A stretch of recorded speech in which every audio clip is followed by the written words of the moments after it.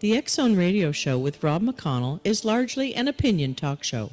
All opinions, comments, or statements of fact expressed by Rob McConnell's guests are strictly their own and are not to be construed as those of the X Zone Radio Show or endorsed in any manner by Rob McConnell, rel-mar McConnell Media Company, the X Zone Broadcast Network, its affiliated networks, stations, employees, or advertisers.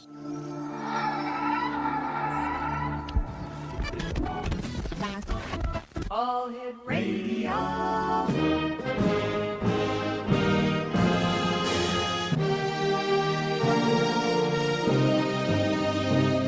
Welcome to the X Zone, a place where fact is fiction and fiction is reality. Now, here's your host, Rob McConnell.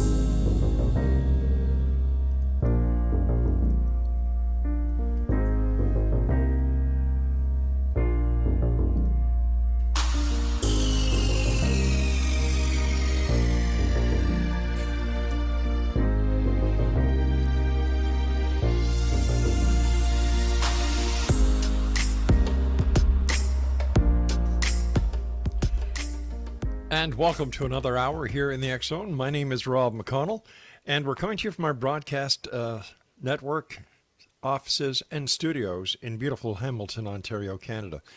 If you would like to send us an email, xzone@xzoneradiotv.com, on all social media sites, X Zone Radio TV. And if you would like to find out what we have going on the X Zone Broadcast Network, visit our website, xzbn.net, and for all the programming schedules for the X Zone TV channel on Simul TV, visit www.simultv.com. My guest this hour is a gentleman that I thoroughly enjoy talking to. His name is Benjamin Radford. And who is Benjamin Radford? Well, I'm glad you asked. He's the deputy editor of Skeptical Inquirer Science Magazine, a research fellow with the Committee for Skeptical Inquiry, author of over 1,000 articles on a wide variety of topics, including urban legends, the paranormal, critical thinking, and media literacy. He's the author of more than 8 books, a board game, and the list goes on and on and on. Just getting back from a week and a half vacation, he took time out of his busy day to come here and join us. And Benjamin, always great having you with us. Thanks for having me on. It's always have a great time talking to you. Thanks, Ben.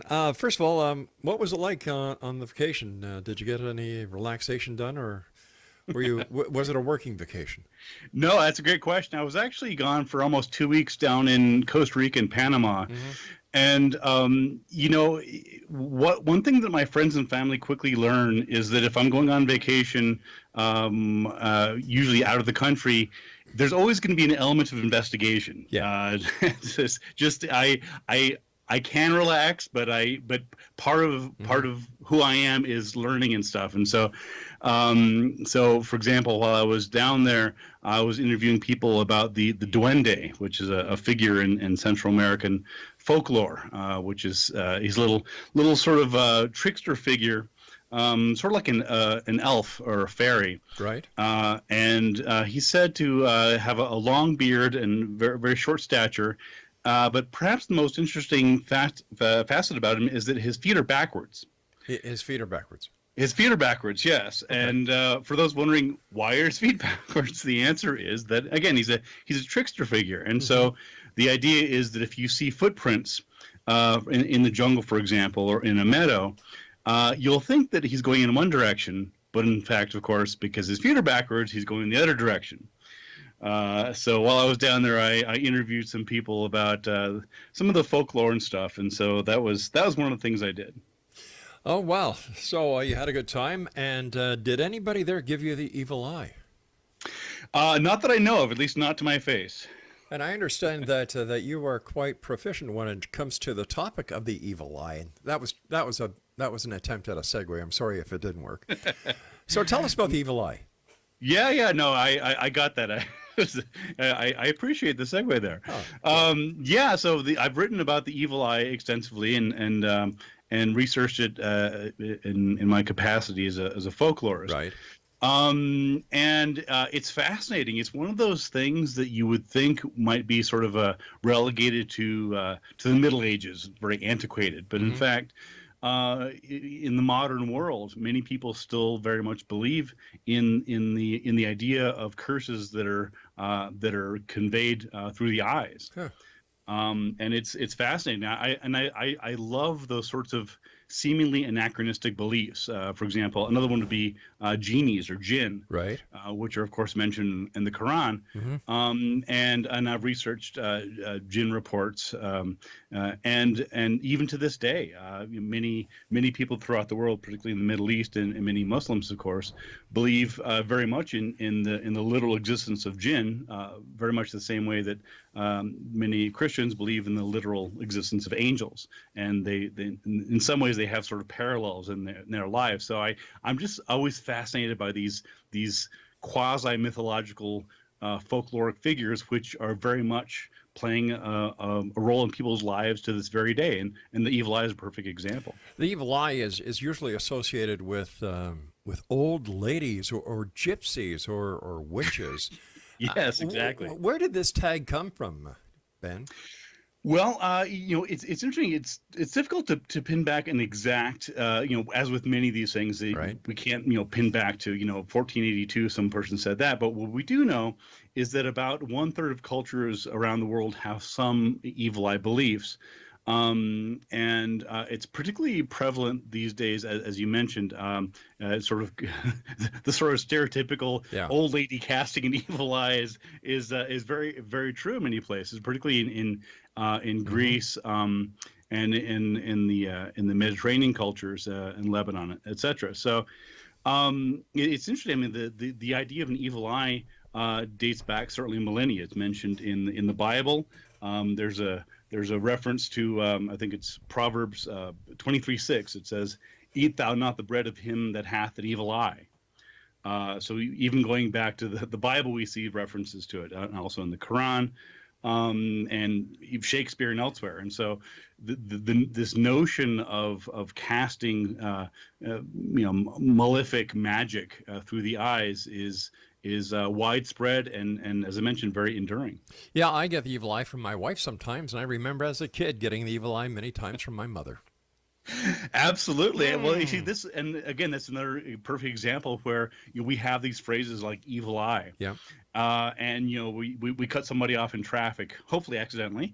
Because I've driven around Hamilton, and so I'll just apologize to the Canadian drivers there for some of my driving. Wait a minute, Ben. If you're coming into Hamilton, it's we who apologize to you. This is true as well. I used to, as you may know, I used to live in Buffalo for a decade, and not to cast any aspersions on Buffalo, but one of my favorite things about living in Buffalo was going to Toronto and Niagara-on-the-Lake and Hamilton. Oh, yeah. That was one of my favorite parts was going to Canada, but no, it's a case of where again we have these notions of menacing glances and the cold we describe cold stares, for example, and so Sure. in English there's so many idioms and allusions to bad things going on with the eyes and menacing glances and things like that, and so. And part of that, of course, is that the eye is considered to be the gateway to the soul. People talk about how much expression that we can see in the eyes, and so if you think, for example, of actors, when you see really good acting, they're using their entire body, but they're often using their facial expressions, just minute nuances in expressions and squinting and just the eyes convey so much information about a person's inner world. So it's not surprising that people would come to associate with that with great power. The next time you come to Hamilton, there has been one change, Ben, that I should tell you about.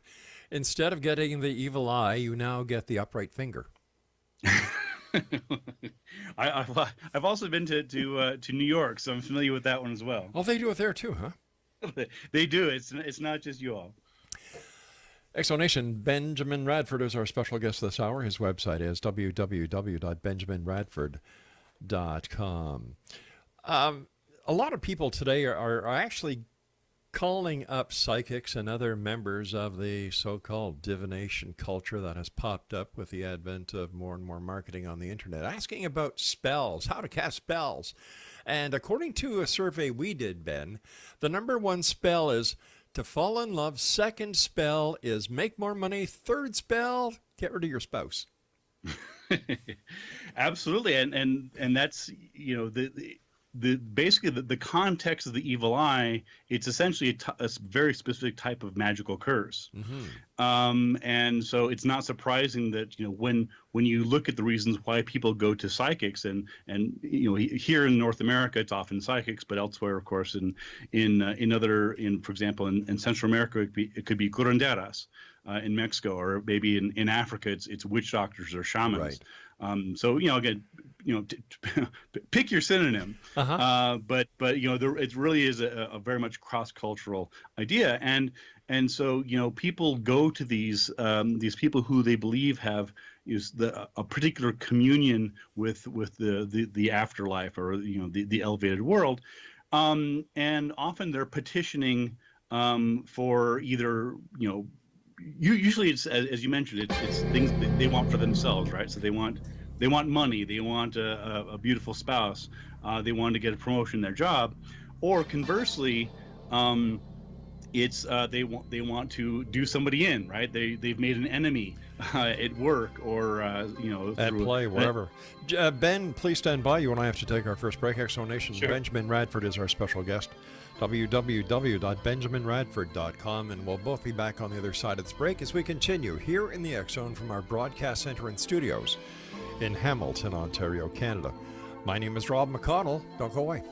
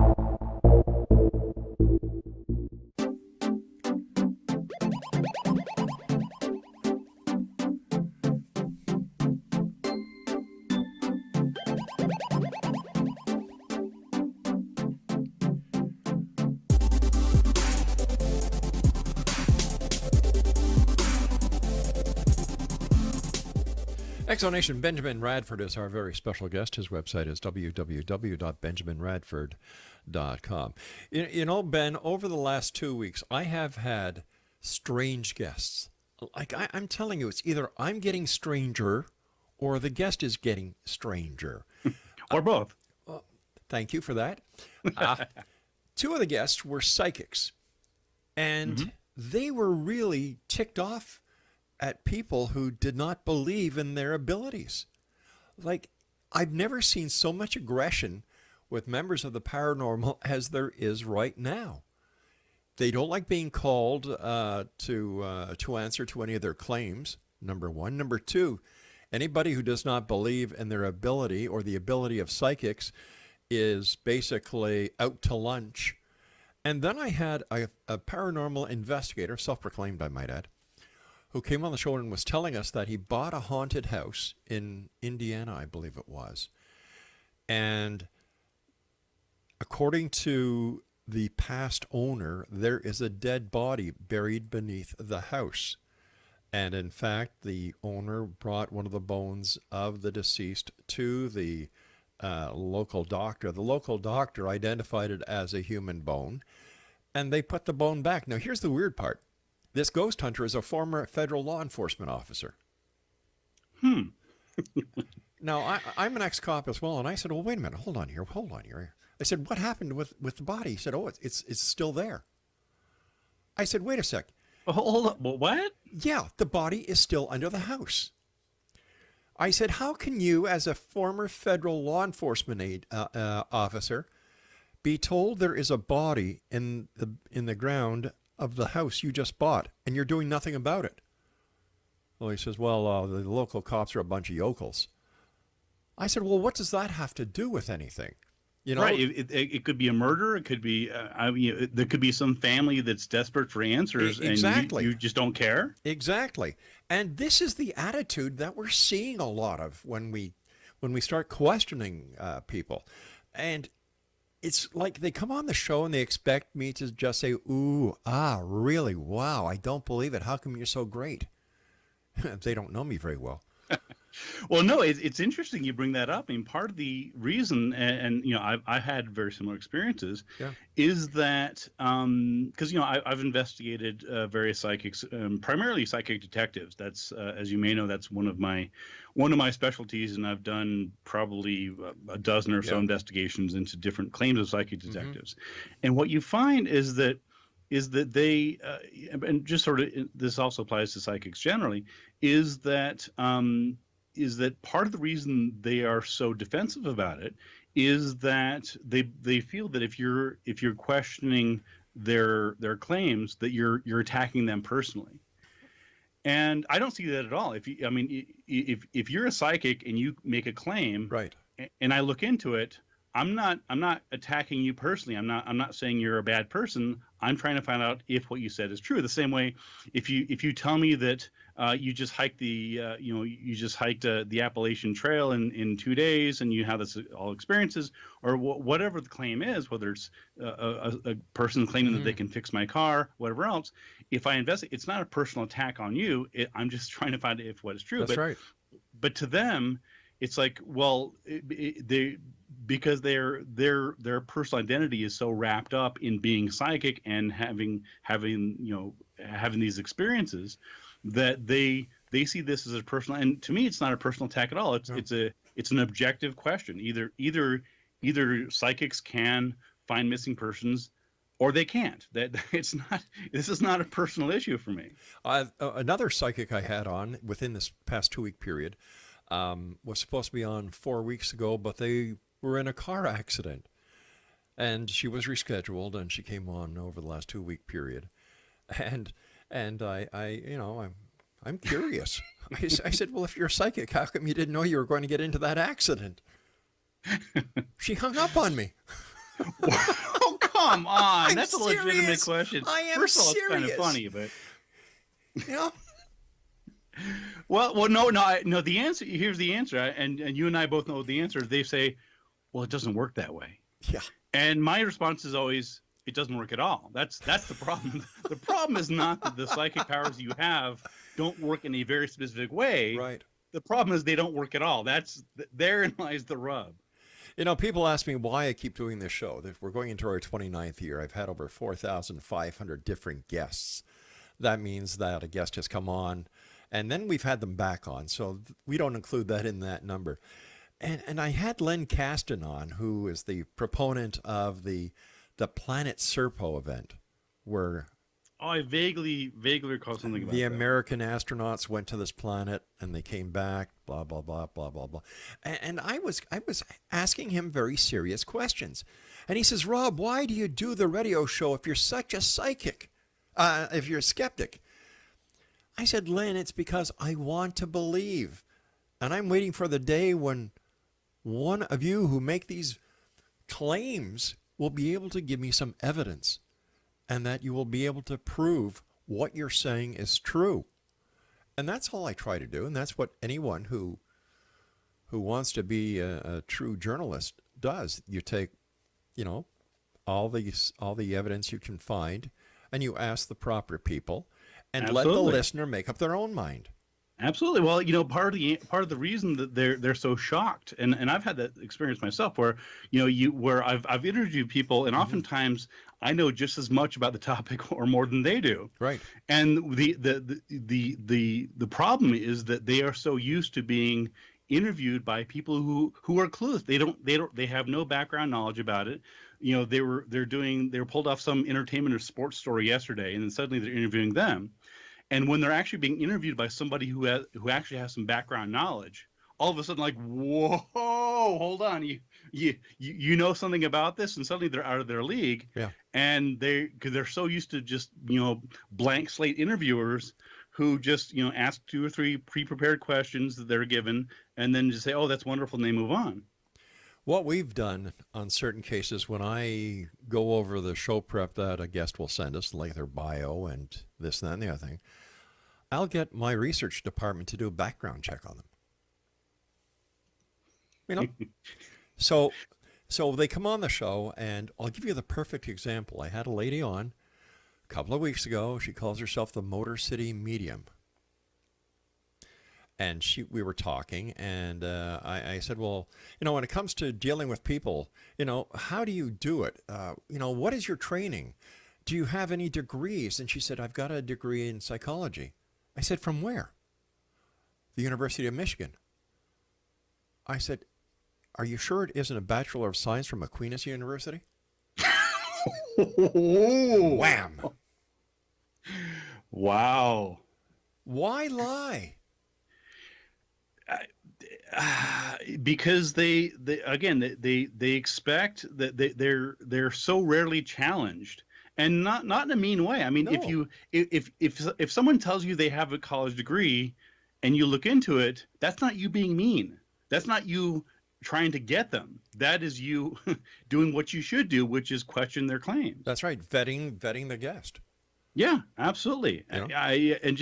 People just skate through life, particularly a lot of these people who make careers out of this, and they just bet, and often they're right, that no one's going to pick up a phone or do a little investigation, a little research, and they're just shocked that But somebody might actually try and verify what they say.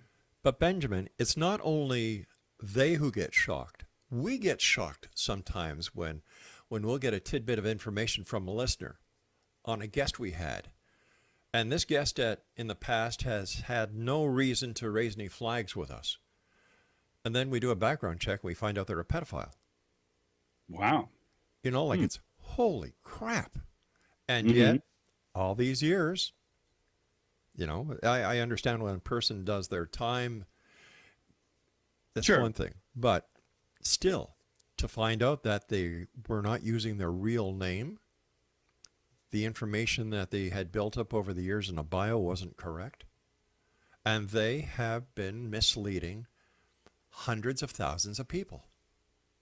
Wow. Yeah, I just, and it's, I'm an open book. I mean, Yeah. you can find me in Wikipedia. I'd tell you exactly where I got my college degrees. The university, they're legitimate. I have nothing to hide. So it's the people that are sort of shifty and, don't look too close. Those are the ones you got to watch out for. My favorite saying is, if you have nothing to hide, you have nothing to fear. That's true. People say, oh, Big Brother's watching me. Well, that's good. Right. That's the problem. Yeah. Well, they want information on this. They've got all the information they'll ever need. You can't stay off the radar for very long. Well, especially these days. Yeah. I mean, it's fascinating to me. I've had discussions with oftentimes, not all of them, but often they're conspiracy theorists or they're sort of quasi conspiracy theorists, and they'll be complaining about how Big Brother's watching them and about they think their phone is tapped, and about how people are trying to get so much information. I said, you put so much. I can look on your Facebook page, and within about 20 minutes, I can know pretty much everything I need to know about you because you're voluntarily putting it on social media. So you don't need to be worried about the NSA tapping your phone. You should be more worried about what you're putting on Facebook. Benjamin, stand by. You and I will be back on the other side of this news break at the bottom of the hour. X-Zone Nation, Benjamin Radford is our very special guest. It's always a great pleasure to have you here with us, Benjamin. And if you'd like to find out more about Benjamin, his many books are available on Amazon.com, and his website is www.benjaminradford.com. This is the X-Zone, and by the way, my real name is Rob McConnell, and we're coming to you from our broadcast center that is really in Hamilton, Ontario, Canada, the home of the Erectus Fingerus. When we get mad at people, we'll be back on the other side of this break. Whatever you do not go away.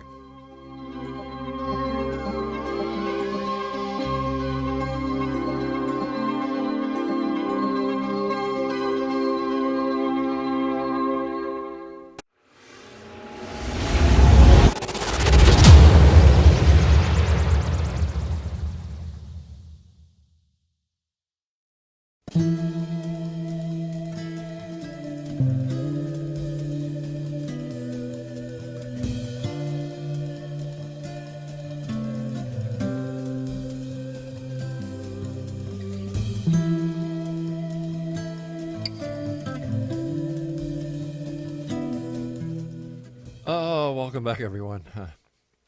Just thinking about the last couple of weeks, and those of you who tune in every night, I love your emails. It's nice to know that there are so many people out there who actually can understand sometimes my sense of humor, or lack thereof, I should say. But Benjamin Radford is our special guest this hour. He is a welcomed friend and an old friend of the X Zone. Some of the books that you have available to you from Benjamin on Amazon.com include Bad Clowns, Scientific Paranormal Investigation, How to Solve Unexplained Mysteries, Investigating Ghosts, The Scientific Search for Spirits, Lake Monsters, Investigating the World's Most Elusive Creatures, Mysterious New Mexico, Miracles, Magic, and Monsters in the Land of Enchantment, Tracking the Chupacabras, the Vampire Beast in Fact, Fiction, and Folklore. Let me see. Media Mythmakers, How Journalists, Activists, and Advertisers Mislead Us. Oh, come on. You can't be serious. I'm working on a follow-up to that book, actually. Listen, I watch CNN, and I know everything they say is true. Not.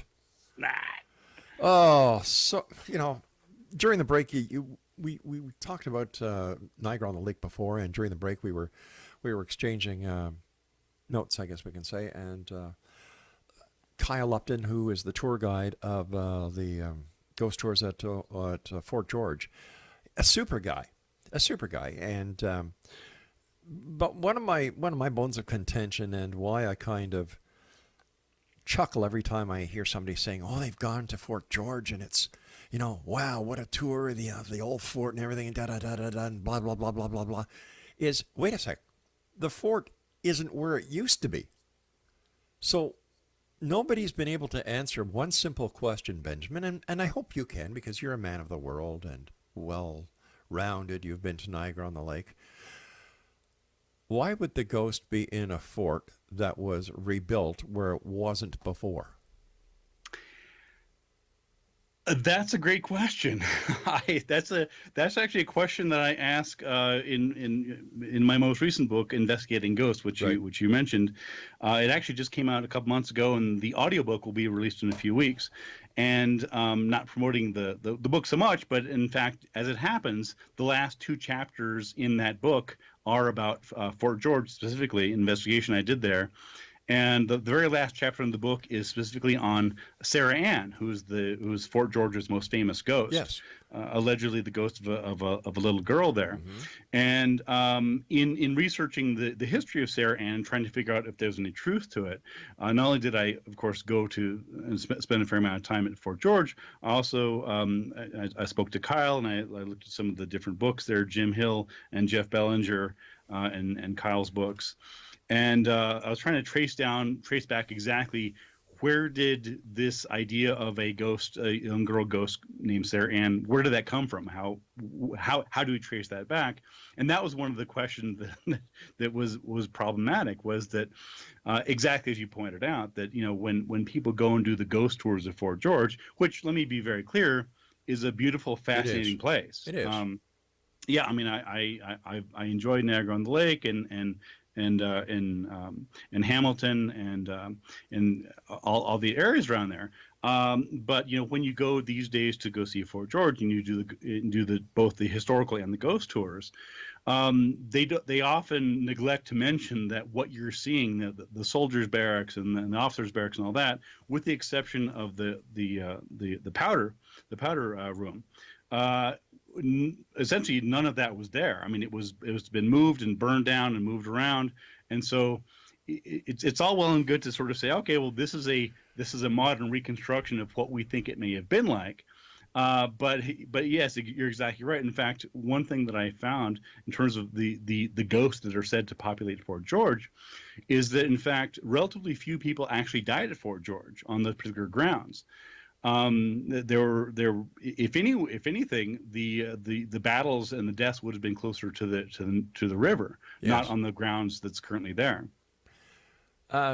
Another thing about the fort, I went on a tour with Kyle. It was the autumn time, and of course he's wearing his cape, and he's got, yes, the candle in the, I guess, candle holder. Very evocative. Very, very, and And people are saying, as he's giving the tour, that this is where this is where that is. And people are saying, oh, listen, I can hear the violins. I can hear soldiers. Did you hear that? And I'm saying, what the hell did you guys do? Go to the Angel Inn, look for Captain Swayze before you came here?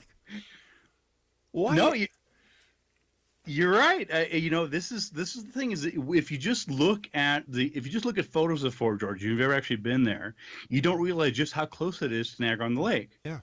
It's not as if this is some sort of remote fort in the Manitoba wilderness. This is yards away, meters away.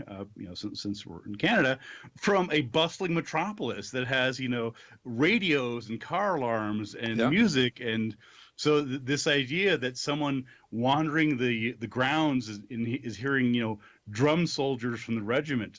It's just, what are you talking about? And you know what? I see this a lot more when it comes to people who conduct ghost investigations, is that it seems as if one person gets an idea or hears something, then it's like it's contagious. Everybody else hears it, or everybody else sees it. Is this psychology at play?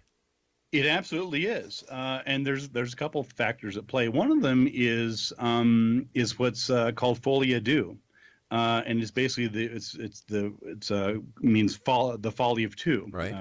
Probably know it being French, but it's basically this notion that you can have two people that one person that basically unintentionally influences somebody else's interpretations and beliefs. There's a really great example of this. It's a fictional example. It's a film called Bug, which is directed by William Friedkin, who's of course best known for The Exorcist. Yes. But it came out about maybe 10 years ago and has Ashley Judd in it. And if anybody's interested in looking at again, it's a fictional case, but it's very clinically accurate in terms of the dynamics of folie à deux.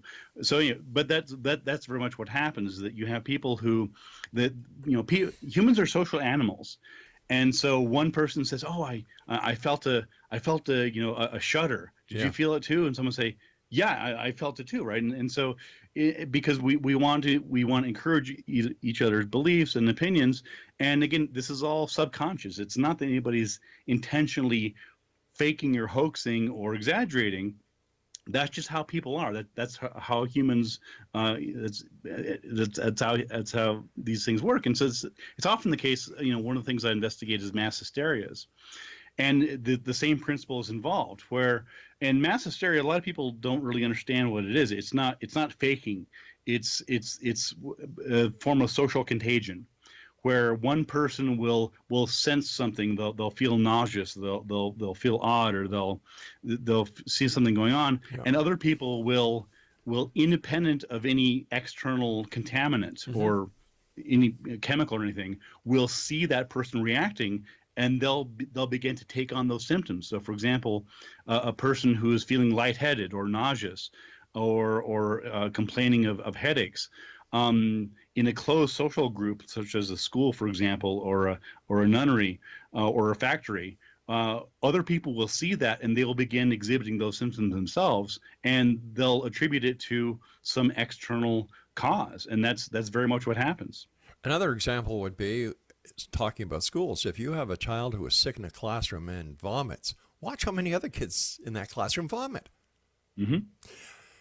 I don't know if I've told you this before. Andrew Crystal, a friend of mine, used to be at a radio station in Toronto, 680. And we decided to do an experiment one day. I went down to the corner of Bloor and Yonge and looked directly up. My hands were by my side, and this was all part of the experiment. And I was just to look up and not say a word to anyone. While I was doing that, Andrew's producer came, and he was going to basically be the observer. Well, within 10 minutes, there was about 30, 40 people around me looking at that thing in the sky that I was looking at. And they were pointing, saying, "Oh, I see it. There it is." And all I was doing was standing there looking straight up. Brilliant. Brilliant. I love it. Well, what did people report seeing? That dot, that funny thing in the sky. Okay. And the majority did not say what they saw, but they saw that thing in the sky that I was looking at. Interesting. That is a beautiful example. I love it. Yeah. And when you hear people talking about UFOs, extraterrestrials, that always comes back to my mind that did they actually see something? Or were they so predisposed to seeing something that their mind actually played a little movie for them that they took for real?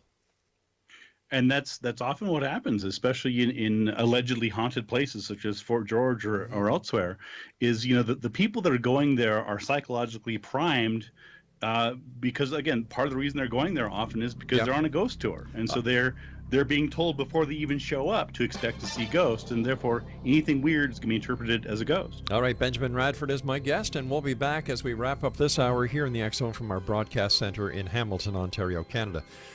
For all the information on Benjamin, visit his website, www.benjaminradford.com. We'll be back. Don't go away.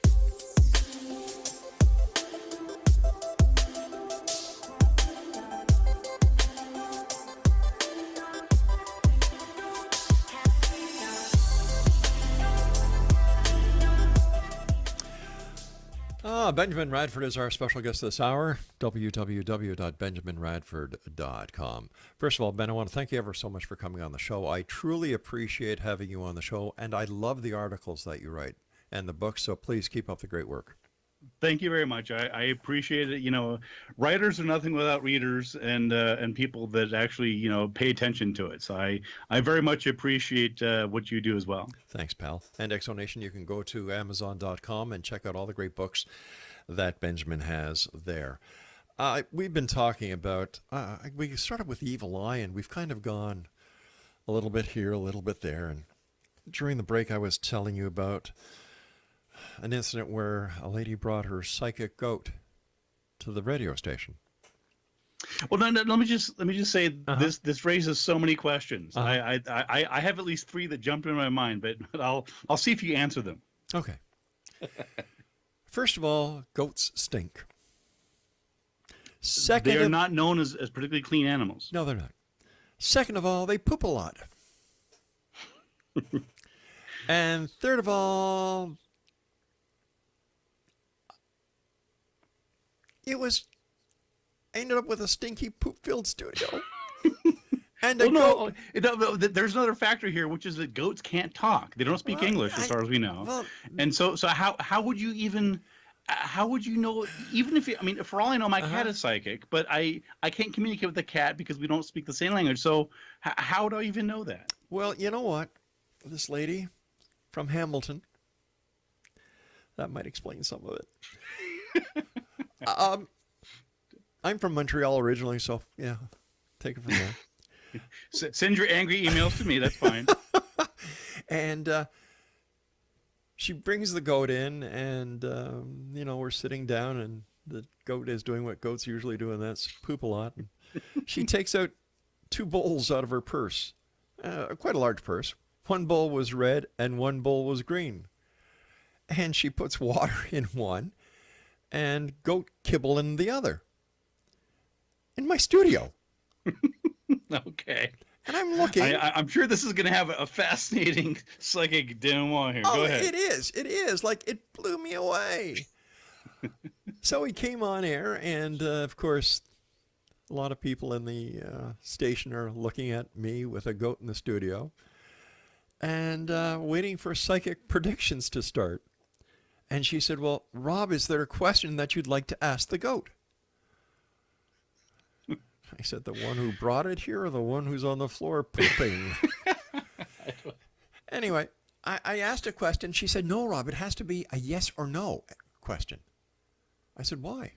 Well, if it's yes, the goat will go to the green bowl. And if it's a no, the goat will go to the red bowl.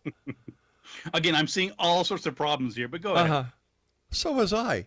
Now, besides goats smelling and pooping all over the place, they're not very tidy when it comes to eating or drinking water. Mm-hmm. Anyway, I asked, I can't remember what the questions were, but the goat got them all wrong. and of course, well, we got... my guess is to try and salvage this goat's reputation. Yeah. Maybe she just misunderstood. It was actually the green bolt that was no, and the red bolt was yes. Maybe that's the problem. Well, you're close. You're very close as to what the explanation was. She put the water in the wrong bowl and the kibble in the wrong bowl. Oh, there you go. Yeah, and then when we used to go on remotes and we used to do psychic fairs and the UFO conventions and what I used to do just to stay in radio back then.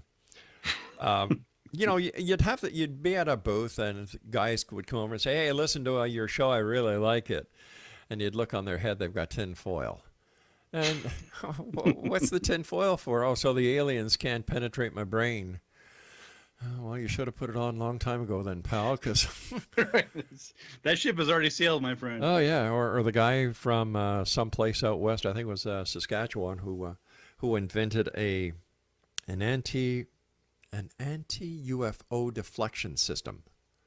And I said, well, how does it work? He said, well, I went down to Canadian Tire and I got myself a battery charger, and a whole bunch of red lights, put them together, turned it on, haven't seen a UFO since. Can't argue with that. Well, here's the question. I said, well, did you ever see a UFO before? He said, no, but I just want to make sure they never came.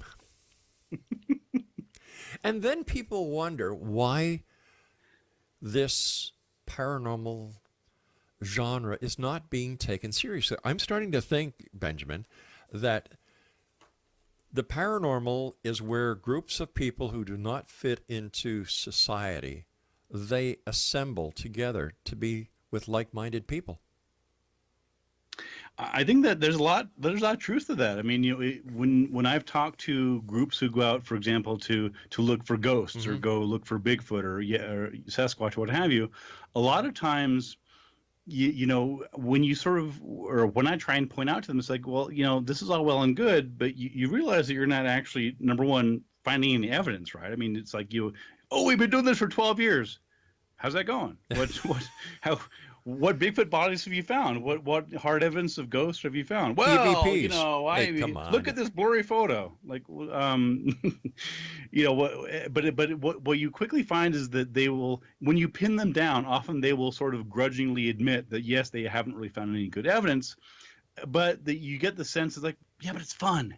Exactly. It's fun. I mean, walking around in Fort George and we're scaring each other and it's cold and we're, eating Timbits and that's fine. And I say, look, if you want to go out, look for Bigfoot or UFOs or ghosts and knock yourself out. I don't care. That's what you do with your spare time is your own business. That's right. But and again, I totally respect that. I don't have a problem with that. But don't pretend that it's science.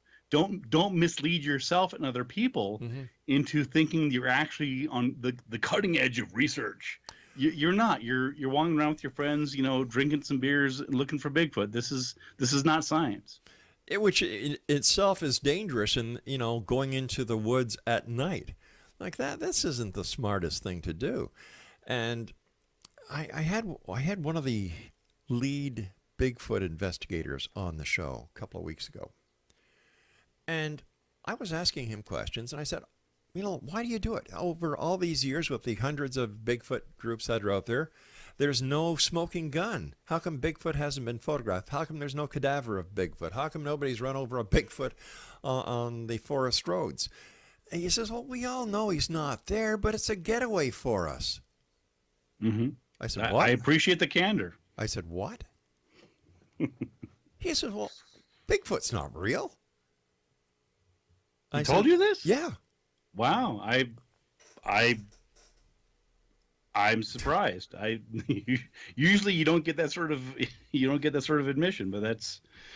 He was very honest, and he said, well, we get out into the woods, we all get together, we meet together, we exchange stories, and, we have a weekend away from home. I mean, he's exactly right. I'm just Right. surprised he actually admitted. I mean, there so much of it is it's the same reason people get together to play poker Exactly. or watch sports or hang out. It's a community of like-minded people, regardless of whether it's actually doing any good. Yeah, and hey, listen, if you want to go out into the woods and enjoy nature, I'm all for that. And but when some people start telling me they hear knocks, wood knocks, and so many other things, and yet they can't tell you anything about the social life of Bigfoot. They can't tell you if where the origin of Bigfoot comes from. And it's like, okay, so you didn't fit in with the ghost people, you didn't fit in with the UFO people, you didn't fit in with the lake monster people. You're not a psychic, so wait a minute, there's Bigfoot. I like the outdoors. You found a place to fit in. Yeah, exactly. Oh my gosh. Hey, listen, it's always great talking to you. Anything new coming up with you? I'm just plugging away. I'm actually I just celebrated the 1-year anniversary of a podcast. It's called Squaring the Strange. And it's a weekly podcast, and I've been on the air for about a year. You can find it on iTunes and elsewhere. Again, Squaring the Strange. I've written my most recent book, as I mentioned earlier, is Investigating Ghosts, and I'm probably going to be doing a follow-up book here in the next 6 or 9 months on sort of follow-up to my Media Mythmakers book, sort of talking about society and culture and things like that. So that's what's keeping me busy these days. I would imagine that around Halloween you're busy as well. Yes, you're exactly right. Every Halloween, I'm often asked to comment on either the history of Halloween or Halloween scares, for example, about tainted candy and apples and right. all those urban legends, and trying to explain to people why Halloween is not in fact satanic and has nothing to do with Satan. So I have things I have to explain. Let me tell you. Yeah, I understand. I really do. Hey, listen, Benjamin, I want to thank you so much for joining us tonight. Always a great pleasure. Do me a favor, come back and see us. Don't be a stranger, and we'll have to get together the next time you come through Hamilton. Absolutely. I'd love to. Take care. Take care, Benjamin. Exo Nation, Benjamin Radford has been our guest this hour. You know what? This is the kind of interview I really like. It's two guys sitting down at a Tim Hortons, sipping some coffee, having a few Timbits, and talking about whatever comes up. And the best part about what we did tonight is we just kept the paranormal in the loop about what we were talking about.